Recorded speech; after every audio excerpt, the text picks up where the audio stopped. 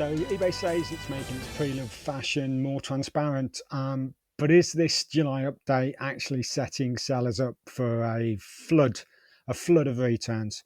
So let's break down the new condition categories and why there might be more trouble than they're worth. So it's August the 5th, put the date in your diary. eBay is rolling out 3 new condition options for all pre-loved fashion on the site, and there's a major automatic thing that they're doing that you need to be aware of if you are listing those items or have those items listed already. So what are they? Well, they are pre-owned excellent, like new, barely worn, minimal signs of use. They are pre-owned good, gently used, like wear, maybe a few flaws, and pre-owned fair, well worn, visible flaws, possibly missing parts. Sounds helpful? Right. A few things there.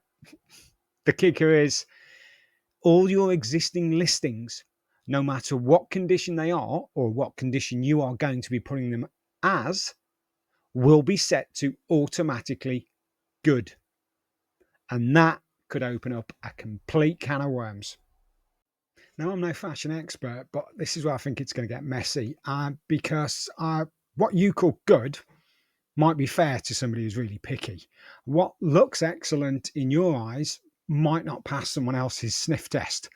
Condition is inherently subjective, and eBay's rigid definitions now, they don't leave much room for nuance, and that to me is going to be a huge problem.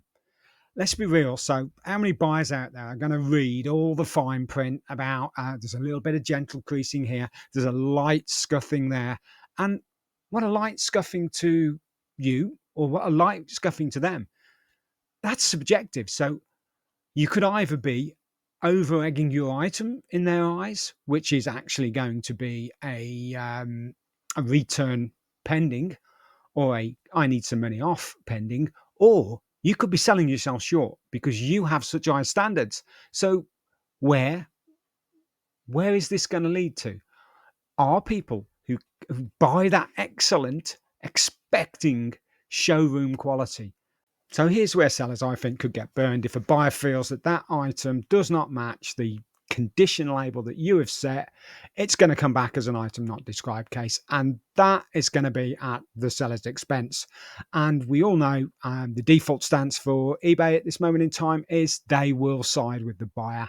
So unless you are doing the full maximum 24 photos and a complete video right down to every single thread of that item and writing a novel in the description, you could be exposed.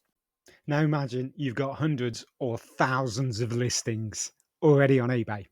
So the eBay bulk listing tool is going to help a little, but how do you know which one of those to downgrade to fair or bump up to excellent?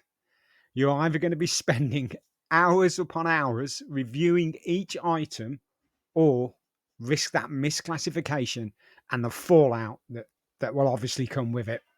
That is a lot of work that eBay are generating for some sellers.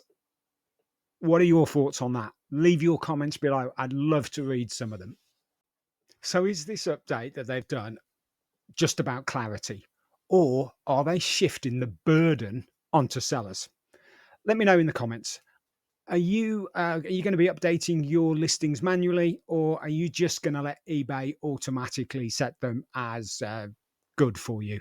And more importantly, if you've already had a return because of this, if you're watching post implementation date, I want to hear your story in the comments. I really would like to start following up on some of these and the impact that these seller updates have on real life people.